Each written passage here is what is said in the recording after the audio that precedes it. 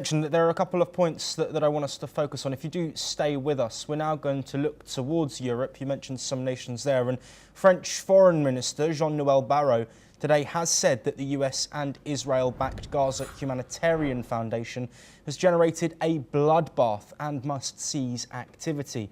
Barrot said the militarised distribution of humanitarian aid in Gaza run by the Gaza Humanitarian Foundation is a scandal, shameful and has to stop. That a direct quote from him.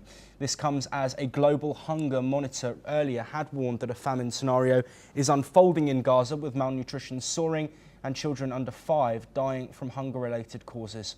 The United Nations has estimated that Israeli forces have killed more than 1,000 people seeking food since May, mostly near GHF sites. However, Israel has repeatedly denied these claims. Well, Ahmed, thank you for staying with us. We've seen NGOs, the UN, of course, speak out about these GHF aid sites, and with deaths reported in the last 24 hours, for example, 91 at least reported around aid sites.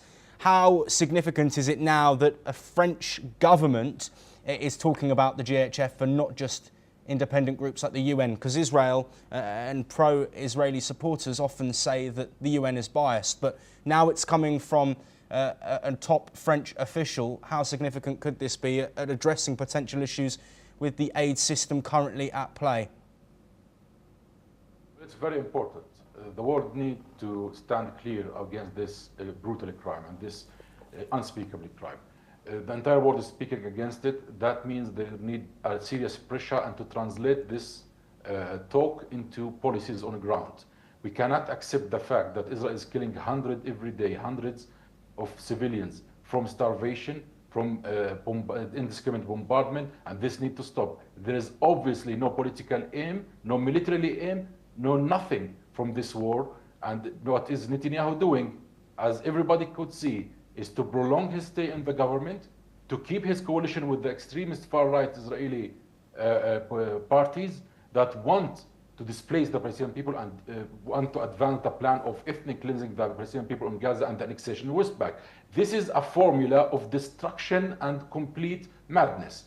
Now, the world is, although late in his response, but it is now happening, and therefore it's needed to translate these words into action and policies. The last conference for the two-state solution in New York made a great statement in the end of it, stating that to make a path for the two-state solution and set an objectives, and it's important here to set a timeline. Now, the United States is the last obstacle for peace. Israel, we have to speak the fact here. The Israeli far-right government is far away from going to any peace. Therefore, peace needs to be imposed. And we are talking here about international resolutions. We are talking about our ICC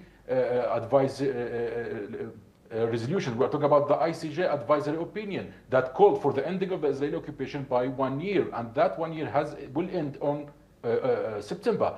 So this is according to the law. This is according to the moral obligation. In every term you want to define it, it tells us that we need to stop this madness and go for the two-state solution, and for the Palestinian government to go back to Gaza and to release all hostages and to go forward in the two-state solution and stop the annexation, which is very serious crime. It is regrettable that the United States of America, that President Trump left sanctions over Israeli settler terrorists who yesterday killed an Oscar winner in Hebron, and by a settler who was sanctioned by the United States, but now is left. He made a crime while sanctioning the very government that is suffering from occupation, suffering from injustice, and suffering deeply from the steal of our tax revenues by the Israeli far-right government for the past 4 years.